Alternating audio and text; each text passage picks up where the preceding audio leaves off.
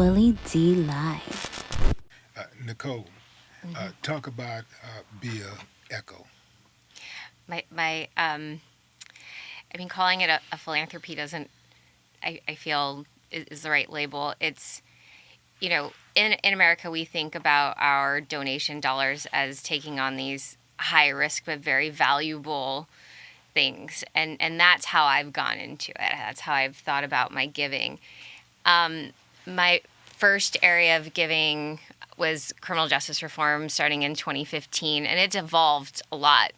And where it is now is really this understanding that the criminal justice system is and always will be built on this intense ruthlessness of the American psyche, which is what I said earlier. So, yes, I'll continue to try to change that through policy and through this race.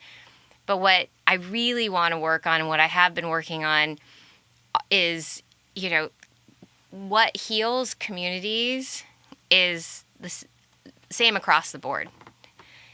It's access to parks, nature, fun, joy, safety. It's access to food that nourishes us. It's access to soil that nourishes us. So one of my greatest partnerships is with Shirley Sherrod from Albany, Georgia, married to Charles Sherrod, who recently passed. And these were members of the civil rights movement.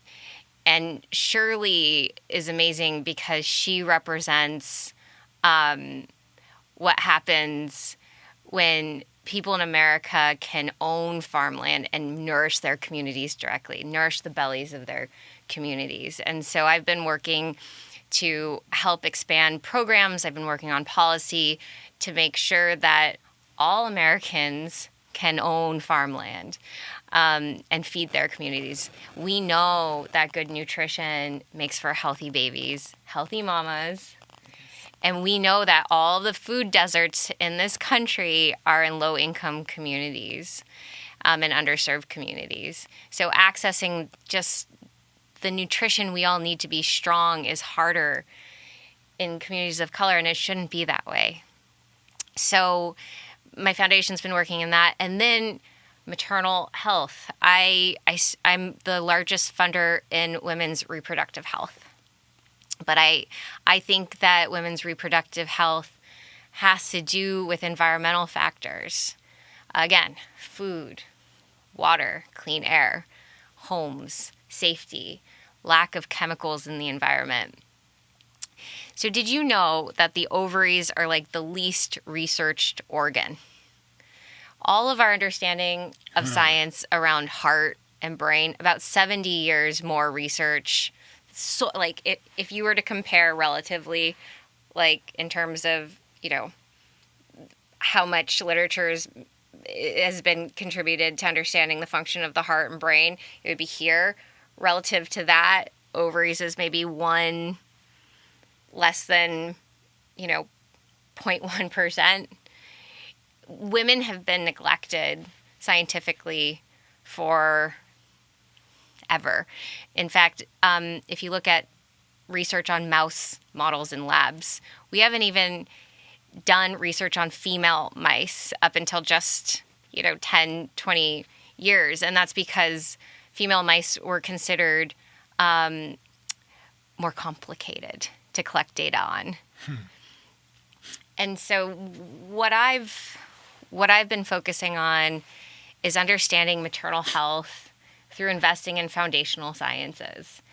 And I will tell you, being in Silicon Valley and being a technologist that says, let's not lab engineer reproductive health, but let's actually understand natural health and understand how to improve and understand the deep scientific pathways of organic human health versus engineering it in a lab. And, they're building artificial wombs in Europe right now.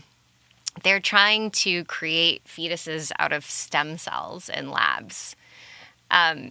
This is kind of the darkness that I see happening right now around women's reproduction. And there's not a lot, it's a lonely space to be a donor in the field whose narrative is, let's make sure women can be healthy enough to have babies organically longer. Let's not push 22-year-olds to go freeze their eggs. Let's push 22-year-olds to live vibrant, healthy lives so that when they're 41, they can have a healthy baby without intervention. Yeah. And it's lonely out there doing that kind of work, but it's what everybody wants at the end of the day.